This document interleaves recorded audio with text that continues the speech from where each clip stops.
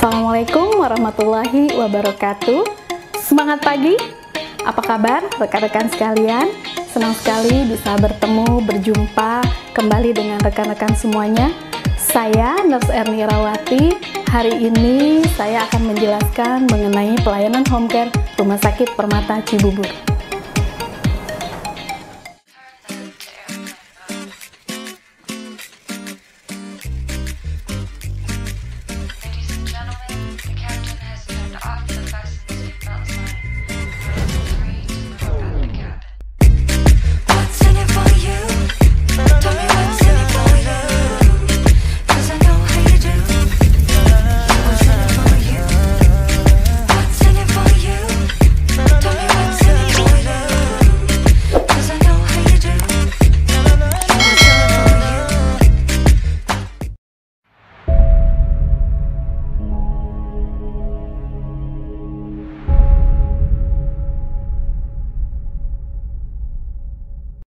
Pelayanan home care Rumah Sakit Permata Cibubur didasari atau dilatar belakangi oleh pada saat ini semua masyarakat pastinya memilih pelayanan yang sangat nyaman tanpa perlu mengantri di rumah sakit dan bisa memenuhi harapannya. Artinya pasien-pasien kita pastinya akan lebih memilih pelayanan yang bisa dilakukan di rumahnya sendiri.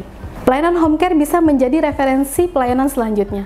Ketika petugas home care mendatangi rumah pasien dan memberikan pelayanan home care, pastinya pasien akan merasa terlayani dengan nyaman. Nah, dari satu pelayanan bisa kita ajukan pelayanan-pelayanan berikutnya. Lalu bentuk pelayanan yang sangat fleksibel, mudah dimodifikasi berdasarkan kebutuhan dan kemampuan. Jadi, ketika ada permintaan pelayanan home care, maka kita akan membuat atau menyusun paket-paket apa saja yang dibutuhkan oleh pasien. Karena pelayanan home care inilah nantinya yang akan bisa kita andalkan untuk meningkatkan kepercayaan pasien. Untuk itu, rumah sakit membuat kebijakan yang tertuang di dalam SK Direktur 001 bulan Juli tahun 2023 mengenai pelayanan home care Rumah Sakit Permata Cibubur. Nah, apa sih pengertian dari pelayanan home care itu? Oke, home care adalah perawatan pasien di rumah yang melibatkan anggota keluarga dalam proses perawatan dan penyembuhan pasien. Perawatan ini dibantu oleh tim kesehatan profesional, di sini adalah dokter dan perawat dan petugas kesehatan lainnya yang bisa didatangkan ke rumah pasien sewaktu-waktu jika diperlukan. Di dalam SK tersebut pun dijelaskan mengenai struktur keanggotaan dari tim pelayanan home care. Struktur organisasi tim pelayanan dan perawatan kesehatan di rumah atau home care adalah yang pertama, pelayanan home care di bawah pengawasan Departemen Bidang Keperawatan. Kemudian di bawah Departemen Bidang Keperawatan ada koordinator home care. Di sini saya sosialisasikan namanya yakni Mbak Fitri Ardiani. Dari koordinator home care, lalu ada PJ-PJ dari masing-masing pelayanan. Contoh, penanggung jawab medis, ada penanggung jawab lab, ada penanggung jawab fisioterapi, penanggung jawab gizi, penanggung jawab kasir, dan penanggung jawab umum. Nah, dari masing-masing penanggung jawab ini langsung ke petugas home care yang sesuai dengan pelayanan home care yang diminta. Nah, seperti apa sih alur pelayanan home care yang ada di Rumah Sakit Permata Cibubur? Yuk, kita lihat. Dimulai dari permintaan home care. Permintaan home care ini bisa melalui permintaan secara mandiri pasien atau permintaan pasien yang saat ini sedang dirawat di rumah sakit kita. Dari semua permintaan home care, lalu dialihkanlah permintaan ini ke call center. Tapi kalau permintaannya ada di dalam rumah sakit, yakni pasien-pasien yang sedang dirawat, maka kita langsung kunjungi pasiennya. Dari semua permintaan, call center akan mengarahkan kepada koordinator home care. Nah, koordinator home care ini nanti yang akan memfasilitasi permintaan-permintaan pasien. Yang pertama, jika permintaannya dari dokter penanggung jawab pasien yang saat ini dirawat, atau pasien secara mandiri yang belum ada terapinya, maka koordinator home care akan memastikan jenis pelayanan apa atau jenis kebutuhan pelayanan seperti apa yang diminta oleh pasien atau dokter. Nah, setelah dipastikan jenis pelayanan home care-nya, maka koordinator home care akan menghubungi pasien. Adanya permintaan home care bisa melalui mandiri atau melalui dokter penanggung jawab pasien yang sedang dirawat inap. Nah, dari permintaan home care yang masuk melalui call center, maka call center akan menghubungi koordinator home care. Pada pasien permintaan home care secara mandiri, koordinator home care akan memastikan rencana program apa yang akan diberikan. Pertama, adanya permintaan home care. Permintaan home care ini bisa melalui permintaan mandiri, yakni pasien meminta untuk dilakukan pelayanan home care, atau permintaan dari dokter penanggung jawab pada pasien yang saat ini sedang dirawat. Nah, ini masing-masing ada penjelasannya, ada perbedaan sedikit. Untuk dokter penanggung jawab pasien yang sedang dirawat, maka ketika ada permintaan, koordinator home care akan menemui pasien tersebut yang sedang dirawat inap dan akan melis kebutuhan apa saja serta memvalidasi kepada dokter penanggung jawabnya. Untuk pasien mandiri yang minta di luar dari untuk pasien mandiri yang meminta home care, maka koordinator home care akan menghubungi pasiennya jenis pelayanan apa yang dibutuhkan oleh pasien tersebut. Jika pasien tidak mempunyai terapi atau program, maka kita akan diskusikan. Namun jika permintaan mandiri pasien sudah diketahui untuk jenis pelayanan home care, maka kita akan menghubungi pasien dan memastikan ketersediaan pelayanan serta petugas yang akan melakukan home care. Dari permintaan home care ini, lalu koordinator home care akan memastikan ketersediaan pelayanan seperti jenis pelayanan dan SDM yang akan melakukan pelayanan home care. Kemudian, penanggung jawab home care akan mengkonfirmasi, setelah terkonfirmasi jenis pelayanan dan SDM home care, lalu koordinator home care berkoordinasi dengan kasir untuk proses pembayaran. Nah, di sini proses pembayaran kita tidak harus pasien mentransfer dahulu. Jadi bisa dilakukan saat kunjungan atau sebelum kunjungan. Ini fleksibel situasional. Kemudian setelah pasien setuju dengan harga tindakan home care, lalu dilakukanlah kunjungan home care. Nah, lingkup apa saja sih yang bisa kita lakukan untuk pelayanan home care?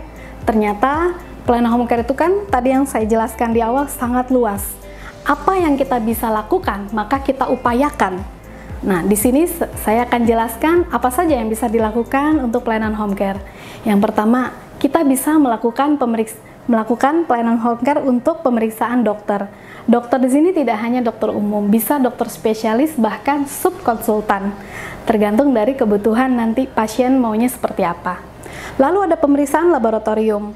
Nah, di sini laboratorium pun apa saja pemeriksaannya itu bisa kita fasilitasikan.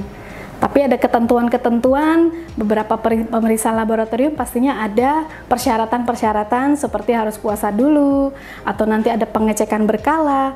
Nah, ini nanti akan dikomunikasikan oleh penanggung jawab laboratorium kepada pasien home care. Lalu ada pelayanan perawatan dan kesehatan lainnya. Nah, ini yang sangat luas ya, dari mulai ganti verban kecil, dengan verban sedang, verban besar, ini disesuaikan dengan ukuran dari lukanya tersebut. Lalu ada perawatan luka bakar, ada injeksi. Nah, injeksi atau penyuntikan ini bisa melalui intravena atau intramuskular atau disesuaikan dengan jenis obatnya.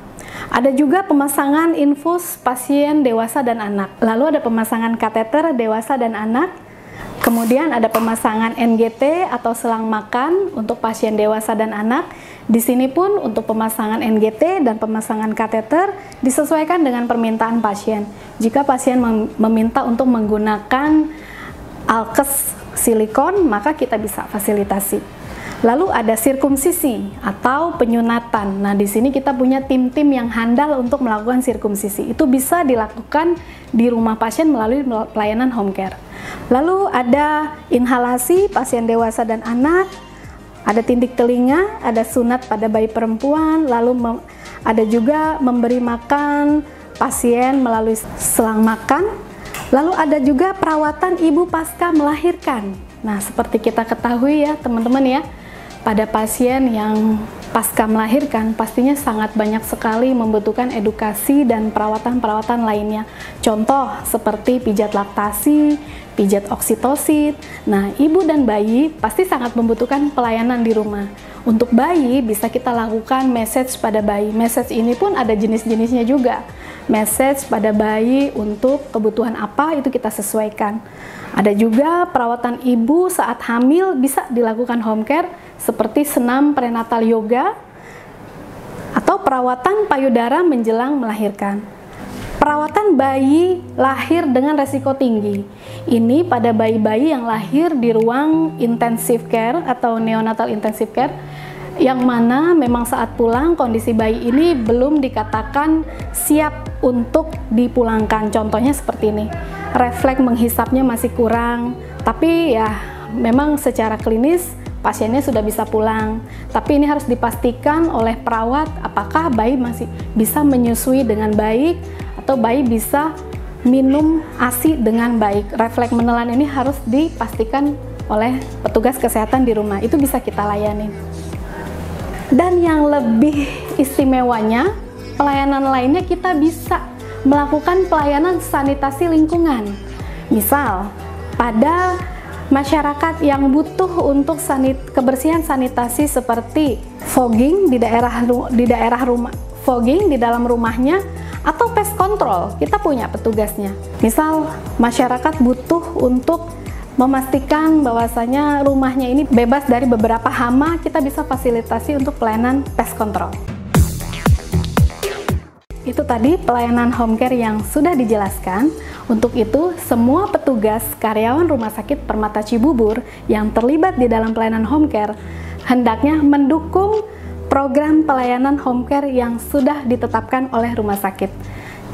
Jika ada yang melakukan pelayanan home care di luar dari kebijakan, jika ada yang melakukan pelayanan home care di luar dari program pelayanan home care rumah sakit, kami tidak bertanggung jawab jika terjadi sesuatu yang tidak diinginkan.